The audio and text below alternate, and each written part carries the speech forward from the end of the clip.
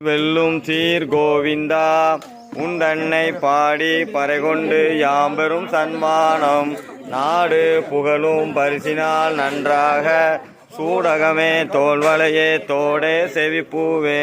பாடகமே என்றனைய பல்கலனும் யாமணிவோம் ஆடை உடுப்போம் அதன் பின்னே பார்ச்சோறு மூட நெய்வெய்து முழங்கை வழிவார கூடி இருந்து குளிர்ந்தேலோர் எம்பாவாய். ஆண்டாள் ரெங்கமன்னார் திருவடிகளே